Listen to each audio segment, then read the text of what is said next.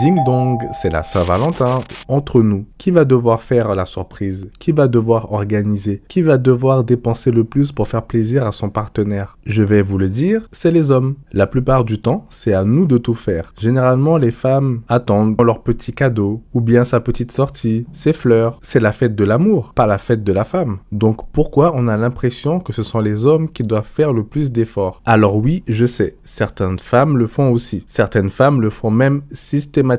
Alors que je suis désolé, aucun des deux ne doit organiser systématiquement, faire des cadeaux systématiquement. Vous êtes un couple, donc c'est à deux. Votre homme est censé faire aussi les efforts. Mais les femmes comme ça, c'est extrêmement rare. Oui, la mentalité évolue doucement. On arrive de plus en plus dans le 50-50, même si sur Internet, c'est tout un débat. D'ailleurs, on a les chiffres. On est environ dans les 70% des femmes qui attendent que l'homme propose un programme. Vous savez que le 14 février, il y a énormément de disputes à cause de ça. Soit parce que le cadeau n'est pas assez bien, soit parce qu'il n'y a pas de cadeau, pas de choses organisées. Il y a au moins 30% des couples qui se disputent pendant la Saint-Valentin. C'est quand même fou pour une fête totalement commerciale qui ne veut absolument rien dire. Le mieux, c'est les cadeaux au quotidien et pas le cadeau un jour précis écrit sur le calendrier. S'il ne se passe rien pendant la Saint-Valentin, mais que les autres mois, il fait l'effort de faire des choses, vous ne pouvez pas lui en vouloir. Juste pour poster la petite photo, juste pour dire « Ah mais moi la Saint-Valentin j'ai fait ça, j'ai fait ci », pour le regard extérieur. Après, je suis d'accord s'il ne fait jamais rien et que même pendant la Saint-Valentin, il ne fait pas un petit truc, un petit effort, un petit cadeau, une petite attention, oui, là ça commence à devenir un peu grave. Si pour vous,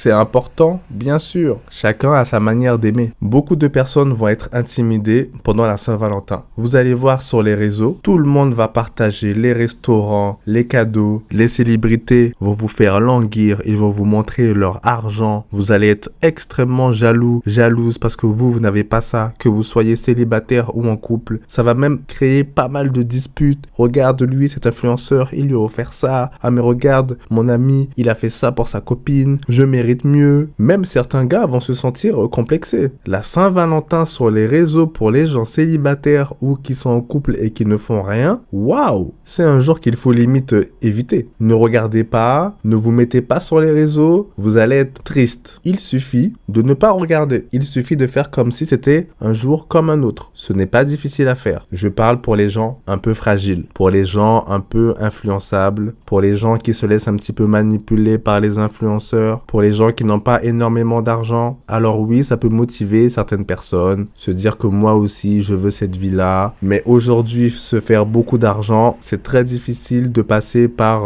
l'honnêteté, la bienveillance, rester dans le légal, ne pas se vendre. C'est extrêmement difficile. Regardez-moi, j'ai décidé de passer par un chemin un peu plus calme, un peu plus posé, un tout petit peu plus réfléchi. Et le nombre d'abonnés monte extrêmement doucement. Alors que si j'avais des réactions extrêmement exagérées, je suis sûr que j'aurais eu bien plus d'abonnés, bien plus de commentaires, mais ce n'est pas grave, j'ai décidé de suivre la voie extrêmement lente et on va continuer comme ça. Les filles, nous ne sommes plus dans les années où pas de travail, pas de compte en banque. Aujourd'hui, on peut réagir d'égal à égal, organiser des choses. Il faut offrir aussi des cadeaux. Si ton homme l'a fait pendant les 2 dernières Saint-Valentin, faites-le au bout de la 3e. Tu dis chérie, aujourd'hui, je m'en occupe. Je te fais un programme sur mesure. Même si ce n'est pas pendant la date précise parce que tous les prix s'envolent, même si c'est le lendemain ou une semaine après, peu importe. L'importance, c'est le geste, normalement. J'espère que vous ne positionnez pas toute votre relation sur la Saint-Valentin. C'est un stress pour nous de tout le temps penser à un cadeau. Tu as Noël, l'anniversaire, Saint-Valentin. On doit sortir le grand jeu. Au bout d'un moment, on n'a plus d'idées, nous. Si ça fait 5 ans, 6 ans, 7 ans. Bon, généralement, si ça fait aussi longtemps, la Saint-Valentin n'est pas extrêmement important. Mais il faut le faire quand même de temps en temps. Même si c'est une fête commerciale. Même si elle vous dit que ce n'est pas important, de temps en temps, il faut le faire, croyez-moi.